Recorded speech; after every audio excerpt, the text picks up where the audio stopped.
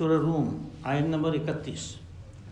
اعوذ باللہ من الشیطان الرجیم، بسم اللہ الرحمن الرحیم، منیبین الیہ واتقوہ واقیموا الصلاة ولا تکونوا من المشرکین من الذین فرقوا دینہم وکانوا شیعا کل حزب بما لدیہم فرحون وَإِذَا مَسَّ النَّاسَ ضُرٌّ دَعَوْا رَبَّهُم مُنِيبِينَ إِلَيْهِ ثُمَّ إِذَا أَذَاقَهُم مِّنْهُ رَحْمَةً إِذَا فَرِيقٌ مِّنْهُم بِرَبِّهِمْ يُشْرِكُونَ لِيَكْفُرُوا بِمَا آتَيْنَاهُمْ فَتَمَتَّعُوا فَسَوْفَ تَعْلَمُونَ أَمْ أَنزَلْنَا عَلَيْهِمْ سُلْطَانًا فَهُوَ يَتَكَلَّمُ بِمَا كَانُوا بِهِ يُشْرِكُونَ وَإِذَا أَذَقْنَا النَّاسَ رَحْمَةً فَرِحُوا بِهَا وَإِن تُصِبْهُمْ سَيِّئَةٌ بِمَا قَدَّمَتْ أَيْدِيهِمْ إِذَا هُمْ يَقْنَطُونَ أَوَلَمْ يَرَوْا أَنَّ اللَّهَ يَبْسُطُ الرِّزْقَ لِمَن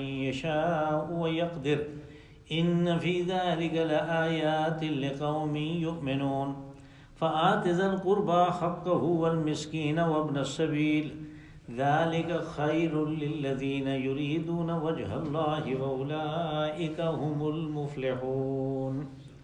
صدق اللہ العظیم۔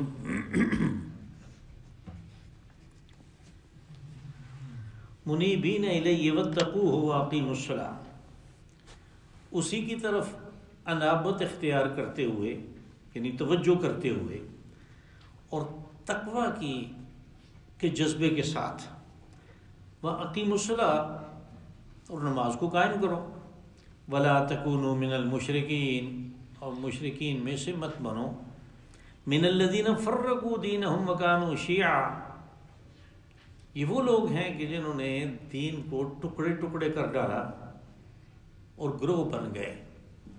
کل حزب بما لدیہم فرحون، ان گروہوں میں سے ہر ایک اپنی جگہ پہ خوش ہے۔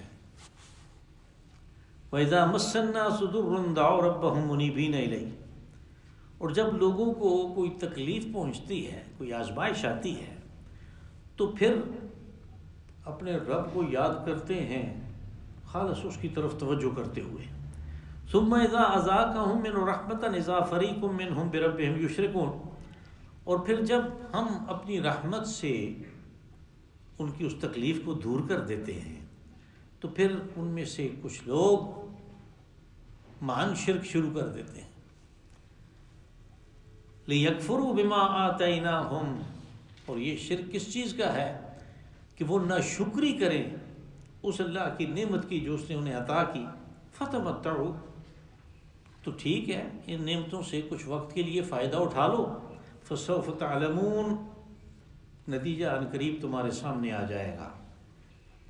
أَمْ أَنزَلْنَا عَلَيْهِمْ سُلْطَانًا فَهُوَ يَتَكَلَّمُ بِمَا كَانُوا بِهِ يُشْرِكُونَ، یہ کیا ایسے ہے کہ ہم نے کوئی ایسی دلیل اتار دی، کوئی ایسی بات اتار دی کہ جس نے ان سے کلام کیا، جس نے انہیں سمجھایا کہ تم یہ شرک کرو، یعنی اس شرک کے بارے میں ہم نے کوئی دلیل اتاری۔ وَإِذَا أَذَقْنَا النَّاسَ رَحْمَةً فَرِحُوا بِهَا، اور جب لوگوں کو ہماری طرف سے کوئی انعام ملتا ہے، کوئی اللہ کی رحمت آتی ہے، تو وہ پھر اس پہ اتراتے ہیں۔ وَإِن تُصِبْهُمْ سَيِّئَةٌ بِمَا قَدَّمَتْ أَيْدِيهِمْ إِذَا هُمْ يَقْنَطُونَ، اور جب ان کے اپنے کرتوتوں کے سبب ان پہ کوئی مصیبت آتی ہے تو مایوس ہو جاتے ہیں۔ أَوَلَمْ يَرَوْا أَنَّ اللَّهَ يَبْسُطُ الرِّزْقَ لِمَن يَشَاءُ وَيَقْدِرُ، کیا انہوں نے دیکھا نہیں کہ اللہ ہی ہے کہ وہ جس کو چاہتا ہے کشادہ رزق دیتا ہے، اور جس کو چاہتا ہے تھوڑا دیتا ہے، حساب سے دیتا ہے۔ إِنَّ فِي ذَلِكَ لَآيَاتٍ لِقَوْمٍ يُؤْمِنُونَ، اس میں نشانیاں ہیں ان لوگوں کے لیے جو ایمان لانے کا ارادہ رکھتے ہیں۔ فَآتِ ذَا الْقُرْبَى حَقَّهُ وَالْمِسْكِينَ وَابْنَ السَّبِيلِ، اور دے دو حق رشتہ داروں کا، مساکین کا اور مسافروں کا۔ ذَلِكَ خَيْرٌ لِّلَّذِينَ يُرِيدُونَ وَجْهَ اللَّهِ، یہ ان لوگوں کے حق میں بہتر ہے کہ جو اللہ کی رضا چاہتے ہیں۔ وَأُولَٰئِكَ هُمُ الْمُفْلِحُونَ، اور یہی لوگ ہیں جو فلاح پائیں گے۔ یہاں پہ جو پچھلی آیت ہے اس کے ساتھ بہت گہرا تعلق ہے ہمارے آج کے درس کی پہلی آیت کا۔ پچھلی آیت میں ہمیں دین فطرت کی طرف رخ سیدھا کر کے جانے کی ہدایت کی تھی، اور پھر اس کے ساتھ ہی اس کو کہا کہ یہ دین فطرت ہے، لیکن دوسرا اس کو کہا کہ یہ دین قیم ہے، یعنی سیدھا راستہ زندگی گزارنے کا بھی یہی ہے، الدین یہی ہے۔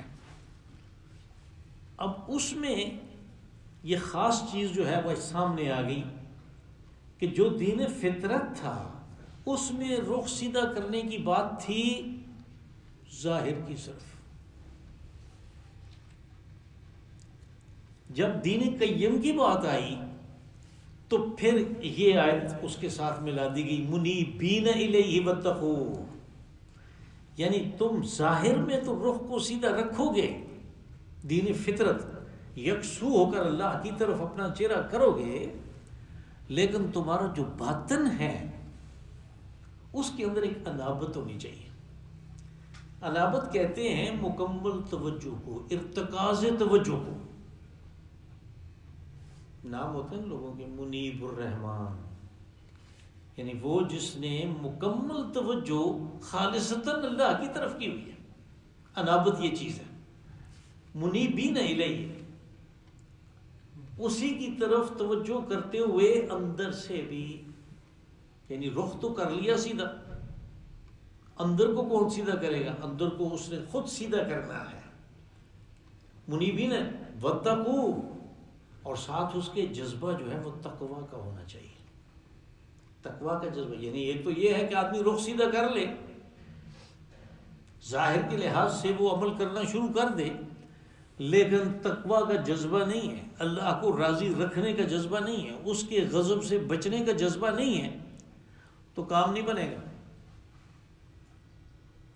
کام جب بنے گا کہ وہ باہر کا رخ سیدھا ہو، یعنی اعمال درست ہو، اندر کا رخ سیدھا ہو، یعنی ایمان، تقویٰ کا جذبہ اور مکمل توجہ اس چیز کی طرف کہ یہ میرا کام ہے، اس کے لیے میں دنیا میں آیا ہوں، مجھے اسی لیے زندگی دی گئی، اور اس زندگی کو اسی لیے مختلف آسائشیں فراہم کی گئیں کہ میں اپنا یہ کام کر سکوں، اور وہ کام کیا ہے کہ امتحان میں ڈالا گیا، میں اس امتحان میں کامیاب ہو جاؤں۔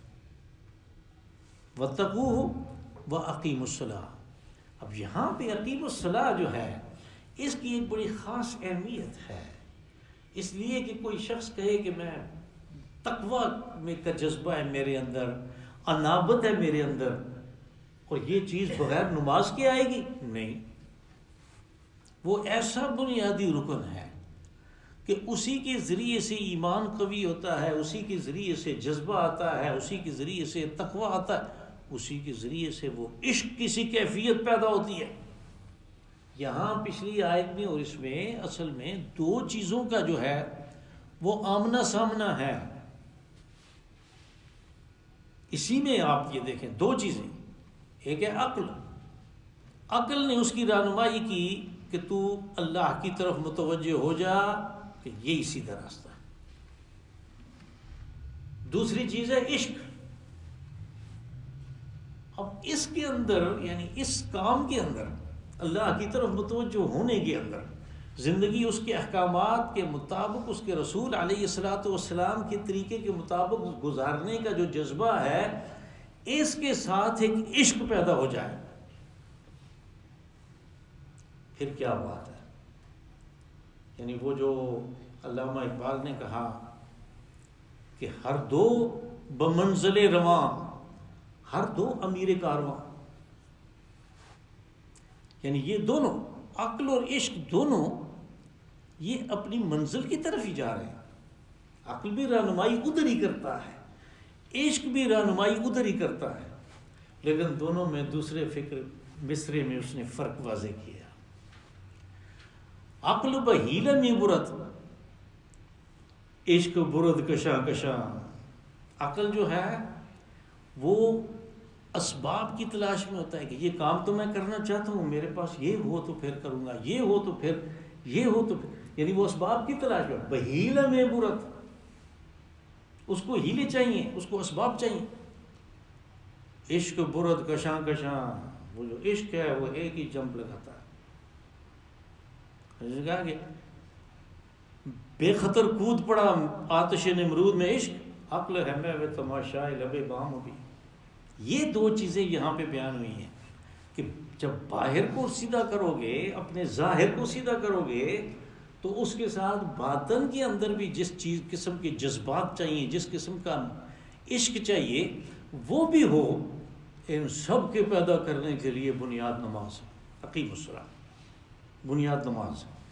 ولا تکونوا من المشرکین، یہاں صرف ایک دفعہ قرآن پاک میں یہ بات آئی کہ نماز قائم کرو، مشرکین میں سے مت بنو. اب یہ کیسی عجیب بات ہے، یعنی جو نماز نہیں قائم کرتا، نماز کی طرف توجہ نہیں کرتا، اس کو مشرک کہہ کے تو دیکھیں. لیکن قرآن پاک نے تو کہہ دیا، یہ تو اللہ کا کلام ہے، اقیموا الصلاۃ ولا تکونوا من المشرکین، نماز قائم کرو، مشرکین مت بنو. وہ کس طرح بنتا ہے آدمی کہ اذان ہو گئی، نماز کے لیے آواز لگ گئی، لیکن مدینہ منورہ میں اس زمانے میں منافق جو ہیں انہوں نے اپنی مجلس شروع کی ہوئی ہے، یہود کی مجالس میں بیٹھے ہوئے، آ نہیں رہے، نماز کے لیے نہیں آ رہے. کہا مشرکین میں سے مت بنو، نماز کے لیے آؤ. پھر مکی صورت ہے تو ان کے لیے وہ تعریف بھی کر دی کہ وہ مشرکین کون ہیں. تم سمجھنا چاہتے ہو کہ مشرکین کون ہیں؟ من الذین فرقوا دینہم وکانوا شیعا، یہ وہ لوگ ہیں کہ جنہوں نے دین کے ٹکڑے ٹکڑے کر ڈالے. اب ٹکڑے ٹکڑے کر ڈالنا یہاں پہ وہی ہے جو ہم کہتے ہیں نا کہ فلاں آدمی نے اس چیز کے ٹکڑے ٹکڑے کر دیے، یعنی تباہ کر دیا. یعنی ٹکڑوں کا بعض اوقات دین کے معاملے میں جب یہ آتا ہے تو اس کا مفہوم وہ بھی لے لیا جاتا ہے کہ فرقے بنا لیے. نہیں، یہاں پہ ٹکڑے ٹکڑے انہوں نے کر ڈالا. آپ ان ٹکڑوں کا حالت میں ان کو آپ کو بتاتا ہوں. الدین اولاد اسماعیل کو حضرت ابراہیم علیہ السلام اور حضرت اسماعیل علیہ السلام سے ملا، لیکن وہاں پہ تو خالص توحید تھی. وہ ان کے پاس الدین کے طور پہ آیا تھا توحید. اب انہوں نے کیا کیا؟ حضرت اسماعیل علیہ السلام کی جو اولاد ہے، جو اس جزیرہ نما عرب میں ہے، یہ جو جزیرہ نما ہے یعنی جس کا بڑا حصہ جو ہے وہ آج کل مملکت سعودی عربیہ ہے، اس میں یہ ساری کی ساری حضرت اسماعیل علیہ السلام کی اولاد ہے. پھر ان کے مختلف قبائل ہیں. تو انہوں نے ٹکڑے ٹکڑے کس طرح کیا کہ شرک تو کیا، لیکن ہر ایک نے ایک اپنا بت بنایا. اور پھر یہ سارے کے سارے بت جو ہیں یہ مکہ مکرمہ میں آ کے رکھے، اور یوں سمجھیں کہ قریش نے ان کو ایبڈکٹ کر لیا. ان سارے خداؤں کو، بنی اسماعیل کے سارے قبائل کے جو خدا تھے مصنوعی قسم کے، ان سارے خداؤں کو انہوں نے یرغمال بنا لیا. اب وہ سارے قبائل ان کے تابع ہو گئے. تو انہوں نے کیا کیا؟ ہر ایک قبیلے کو یہ بتا دیا کہ اس بت کی جو خوشنودی ہے اس میں تمہاری کامیابی ہے. اور چونکہ وہ اس کو خوش رکھتے تھے اس لیے انہوں نے کل حزب بما لدیہم فرحون، ہر ایک اپنے بت کی وجہ سے، اپنی خاص اس عقیدے کی وجہ سے مگن ہے. فرحون مگن ہے، خوش ہے کہ میرا کام بن گیا، میں جنت میں جاؤں گا، میری دنیا بھی بڑی اچھی ہو گئی ہے. وَإِذَا مَسَّ النَّاسَ ضُرٌّ دَعَوْا رَبَّهُمْ مُنِيبِينَ إِلَيْهِ. پھر وہی لفظ آیا، یعنی اندر جو خالص توجہ ہے کہ جب لوگوں کو تکلیف پہنچتی ہے، اور پہلے پچھلی صورت میں یہ مضمون آیا تھا، اس تکلیف کی خاص مصیبت کی ایک خاص قسم کو بیان کیا جب کشتی بحر میں پھنستی ہے.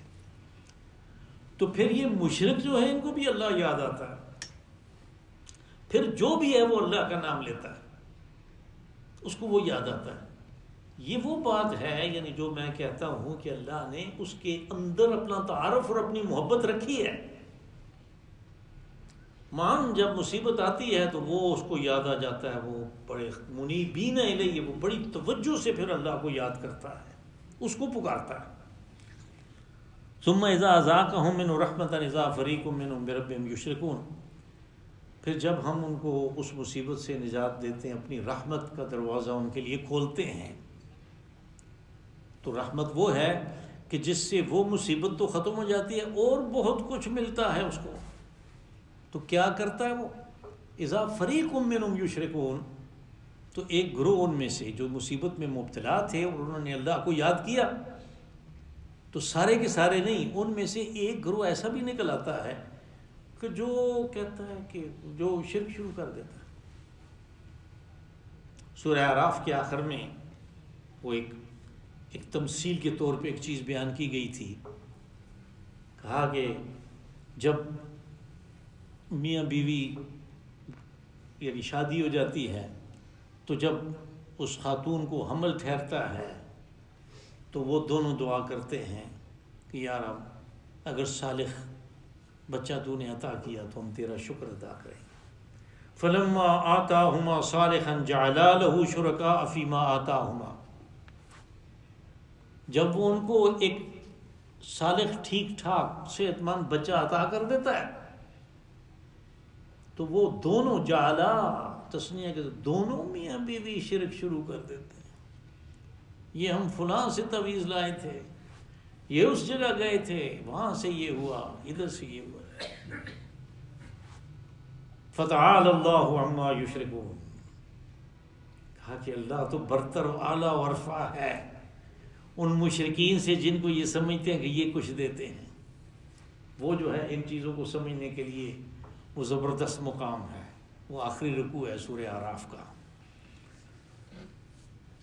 لیکفروا بما آتیناہم۔ ہاں یہ کیا ہے؟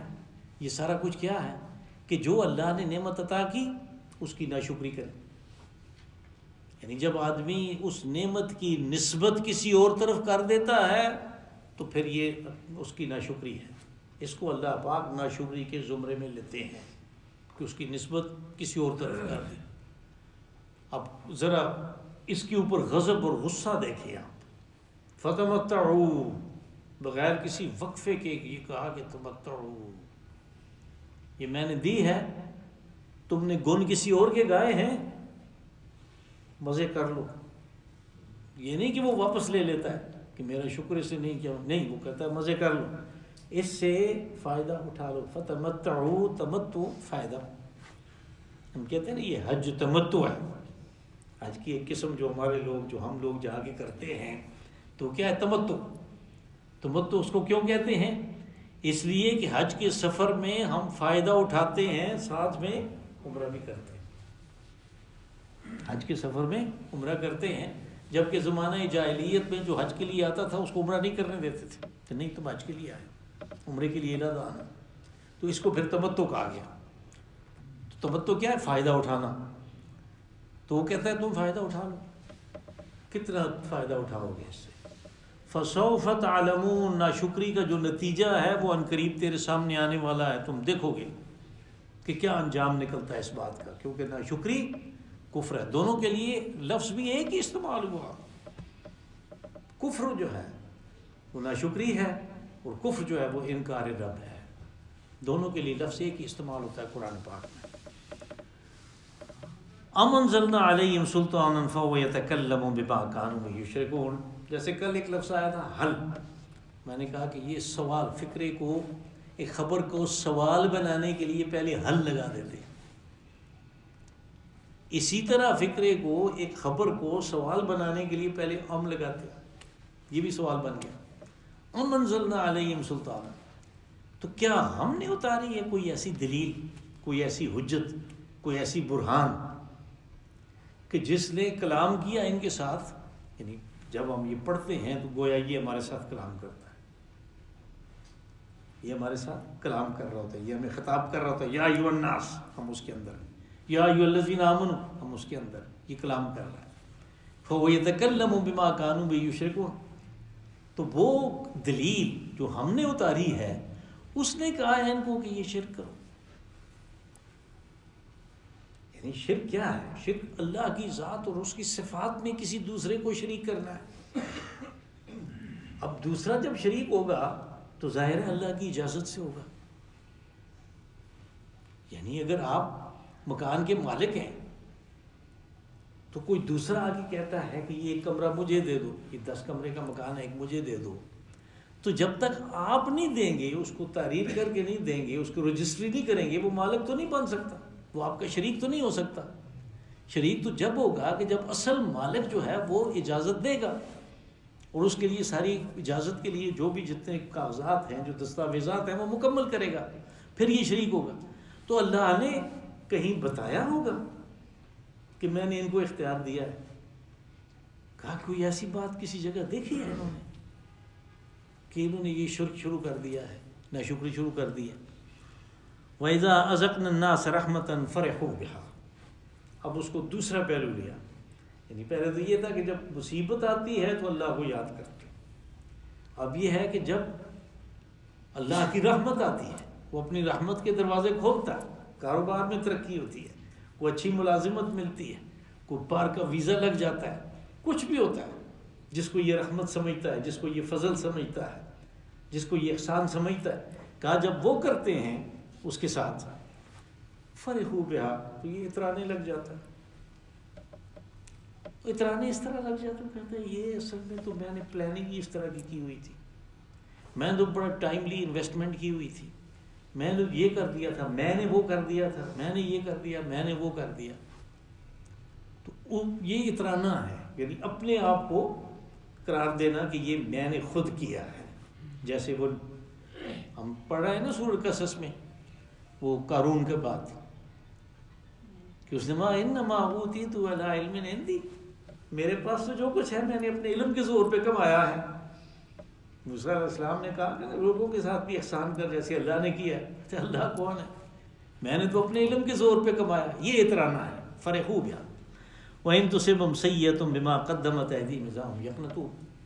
کہ ان کی کرتوتوں کے سبب جب مصیبت ان کے اوپر آتی ہے، اور یہ دونوں چیزیں ہیں، یعنی مصیبت اور رحمت، یہ دونوں چیزیں آزمائش میں ہیں، یہ امتحان ہے۔ کہا کہ جب ان کے کرتوتوں کے سبب بما قدمت ایدیہم، ان کے کرتوتوں کے سبب جب آتی ہے تو یہ مایوس ہو جاتے ہیں، یعنی بالکل وہ ہتھیار ڈال دیتا ہے کہ یہ کیا ہوا میرے ساتھ۔ باقی رشتہ داروں کو دیکھو، یہ رشتہ داروں کا تذکرہ میں نے خاص طور پہ اس لیے کیا کہ آگے یہ بات آ رہی ہے، اور وہ بڑے درمیان کی، یعنی ایک مرکزی قسم کی آیت ہے اس سورہ مبارکہ میں، جس کے اوپر سارا وہ ادھر اور ادھر کے مضامین جو ہیں وہ درمیان میں ہیں۔ اولم یروا ان اللہ یبسط الرزق لمن یشاء ویقدر۔ اب یہ اصل جو نتیجہ ہے وہ بتایا کہ کیا انہوں نے دیکھا نہیں کہ یہ اللہ ہے جو جس کا چاہتا ہے رزق کشادہ کر دیتا ہے، جس کا وہ چاہتا ہے رزق مقدر مقدور بھر کر دیتا ہے، اندازے کا کر دیتا ہے۔ اب یہ جو چیز ہے وہ بھی آزمائش ہے، یہ بھی آزمائش ہے، لیکن اللہ نے بندے کو بنایا ہے تو اس کو صحیح پتہ ہے کہ یہ کس قسم کے امتحان میں اچھے طریقے سے پاس ہوگا، تو وہ اس کو اس قسم کے امتحان میں ڈالتا ہے۔ اگر کسی کے اوپر مصیبت آتی ہے اور وہ سمجھتا ہے کہ یہ میرے اوپر مصیبت جو ہے یہ میرے لیے آزمائش ہے، یہ مجھے عذاب نہیں دیا جا رہا، یہ آزمائش ہے، تو اس کے نتیجے کے طور پہ وہ کامیابی ہوتی ہے، اس کو یہ اس کو کامیابی ملتی ہے، وہ امتحان میں پاس ہو رہا ہے۔ اور اگر وہ سمجھے کہ یہ عذاب ہے تو یہ اصل میں وہ اس کی ناکامی ہے۔ اب اللہ نے جب بندے کو بنایا، اس نے سورہ آل عمران کے شروع میں کہا کہ یصورکم فی الارحام کیف یشاء، وہ رحم مادر کے اندر جیسے چاہتا ہے ویسے بناتا ہے۔ تو یہ جو جیسے چاہتا ہے ویسے بناتا ہے، رحم مادر کے اندر یہ فزیالوجی جو ہے یہ ڈسکس نہیں ہو رہی ہے، بلکہ اس کو یعنی وہ غصہ کرے گا، وہ بڑا نرم خو ہوگا، وہ تند خو ہوگا، اس کا کس کے ساتھ اس کی نفرت ہوگی، کس چیز کی طرف اس کا میلان ہوگا. یہ ساری چیزیں جو ہیں جو اللہ کو رحم مادر کے اندر پتہ ہے، اس کا اس نے ڈالا ہے. یصورکم فی الارحام کیف یشاء. بس جب وہ انسان بنتا ہے، کامل انسان امتحان کے قابل بنتا ہے، تو جس قسم کے پرچے میں وہ زیادہ نمبر لے سکتا ہے، اچھے طریقے سے پاس ہوتا ہے، اس پرچے میں اس کو ڈالتا ہے. صبر کا یا شکر کا، دو ہی پرچے. اب یہ ایسے کیوں کرتا ہے کہ اس میں پاس ہوگا تو وہ دوسرے میں اس کو ڈال دے؟ نہیں، اس لیے کہ وہ رب مہربان ہے بندوں کے ساتھ. لطیف بعبادہ، وہ اپنے بندوں کے ساتھ بڑا مہربان ہے، ان کے ساتھ لطف سے پیش آنے والا ہے، رؤوف الرحیم ہے. تو وہ اس امتحان میں ڈالتا ہے جس میں آسانی سے یہ پاس ہوگا. بس یہ چیز جو ہے یہ سمجھ کے تو مصیبت کو یا خوشی کو جو ہے نا وہ اس کا استقبال کرنا چاہیے. فآت ذی القربى حقہ والمسکین وابن السبیل. میں نے کہا کہ یہ مرکزی آیت ہے. کہ جو تمہارے قریبی ہیں، جو رشتہ دار ہیں، ان کو ان کا حق لوٹا دو. اور ان میں سے کون ہے؟ فآت ذی القربى حقہ والمسکین وابن السبیل، رشتہ دار، مسکین اور مسافر. اب رشتہ دار جو ہیں یہ وارث نہیں ہوتے، مسکین وارث نہیں ہوتا، اور وابن السبیل جو مسافر ہے یہ وارث نہیں ہوتا. لیکن جو غیر وارثوں میں سے آدمی کا جس کے ساتھ معاشی میدان میں مقابلہ ہے اصل، وہ اس کے اپنے رشتہ دار ہیں، وہ اس کے کزن ہیں. معاشی میدان میں تو مقابلہ ان کے ساتھ. تو اب جو مقابلہ کر رہا ہے معیشت کے لحاظ سے کہ میں فلاں سے ذرا اور تکڑا ہو جاؤں، میرا مکان ذرا بڑا ہو، میری گاڑی ذرا بڑی ہو، میرے بچے ذرا اچھے سکولوں میں ہوں اس کی نسبت، تو یہ اپنے رشتہ داروں کے ساتھ مقابلہ ہے. وہ جتنا پیچھے رہیں یہ اتنا خوش ہوتا ہے. تو اللہ نے یہ کہا کہ تم ان کا حق ان کو لوٹا دو. ان کا تو میں نے کہا کہ وہ وارث تو ہے ہی نہیں، ان کا کیا حق ہے؟ ان کا یہ حق ہے کہ ان کو بھی اسی طرح اٹھاؤ، غربت سے نکالو جیسے تم خود نکلے، اور اس نکلنے میں ان کی مدد کرو، یہ ان کا حق ہے. اور وابن السبیل مسافر جو ہے اور مسکین جو ہے، یہ مجرد مسکین اور مسافر ہونے کی وجہ سے حقدار ہیں. ہو سکتا ہے کہ ایک مسافر اپنے گھر میں تم سے زیادہ مالدار ہو، ایک اس بہتر اچھی زندگی گزار رہا ہو. اگرچہ آج کل مسافروں کی یہ صورتحال نہیں ہے، ہر ایک کے پاس کریڈٹ اور ڈیبٹ کارڈ ہوتے ہیں، ان کو کوئی مسئلہ ہو بھی جائے تو کوئی ایسی بات نہیں ہے. لیکن کسی وقت ایسے تھا کہ جیب کٹ گئی بس بیکار پڑا ہوا. تو پھر ان کے لیے کہا کہ ان کو بھی اٹھاؤ. مجرد مسافر ہونے کی وجہ سے وہ حقدار ہے. اور اسی طرح حدیث رسول صلی اللہ علیہ وسلم نے یہ بات بتائی کہ سوار جو ہے گھوڑے پہ آیا ہے اور وہ سوار کر رہا ہے، وہ سوال کرتا ہے، تو اس کو مت کہو کہ اتنا قیمتی گھوڑا ہے اس کے اوپر تم سوار ہو، میرے پاس تو کھوتا بھی نہیں ہے، تو مجھ سے مانگتے ہو. نہیں، مجرد اس سوال کی وجہ سے وہ خود ذمہ دار ہے اس بات کا کہ اس نے کیوں سوال کیا، وہ اس سے پوچھا جائے گا. لیکن اس بات کی وجہ سے کہ اس نے سوال کیا تم اس کو جھڑکو مت. قول معروف ومغفرۃ خیر من صدقۃ یتبعها اذى. ایک اچھی بات کر دینا اس سے اگر تمہارے پاس کچھ نہیں ہے، اور اس سے معافی طلب کرنا. یعنی یہ جو لوگ کہتے ہیں معاف کرو بابا، یہ بالکل صحیح قرآن پاک کی ہدایت ہے. جب آپ کچھ نہیں دینا چاہتے تو اسے کہتے ہیں معاف کرو. وہ مغفرت کہا کہ یہ تو اس صدقے سے بھی بہتر ہے کہ جس کے پیچھے تم اسے دو چار باتیں سناؤ، اس کو جو یعنی مینٹل ٹارچر کرو، اس کو دماغی جو ہے تکلیف پہنچاؤ ساتھ میں، کٹا کٹا ہو کے مانگتے ہو. کہا کہ اس سے بہتر ہے کہ تم اسے کچھ نہ کہو کہ معاف کرو بابا. قول و معروف، سیدھی بات کر دو، اچھی بات کر دو اور معافی طلب کرو۔ تو یہ جو ہیں ان کو اٹھانے کے لیے، غربت سے نکالنے کے لیے، ان کے کو غربت سے نکالنے کی بات ہو رہی ہے جن کے ساتھ اصل مقابلہ ہے، جن کو آپ پیچھے چھوڑنا چاہتے ہیں۔ ذالک خیر للذین یریدون وجہ اللہ، کہا یہ ان لوگوں کے حق میں بہت بہتر قدم ہے کہ جو اللہ کی رضا چاہتے ہیں۔ معلوم ہوا کہ اللہ کی رضا اس میں ہے کہ کسی کو غریب دے کے اپنے مال و دولت پہ اترائے نہیں، بلکہ اس کو غربت سے نکالنے کے بارے میں سکیم بنائے۔ وَأُولَٰئِكَ هُمُ الْمُفْلِحُونَ، یہ آیت جو ہے یہ اصل میں اگلی جو آیت ہے اس کے لیے ایک زبردست قسم کی تمہید ہے، اور یہ مکی صورت ہے۔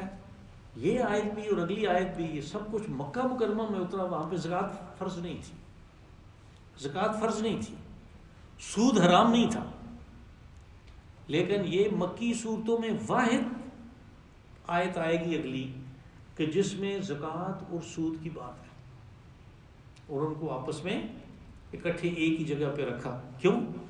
وہ انشاءاللہ اگلے درس میں بات آئے گی۔ اللہم صلی وسلم وبارک وانعم علی عبدک ورسولک ونبیک محمد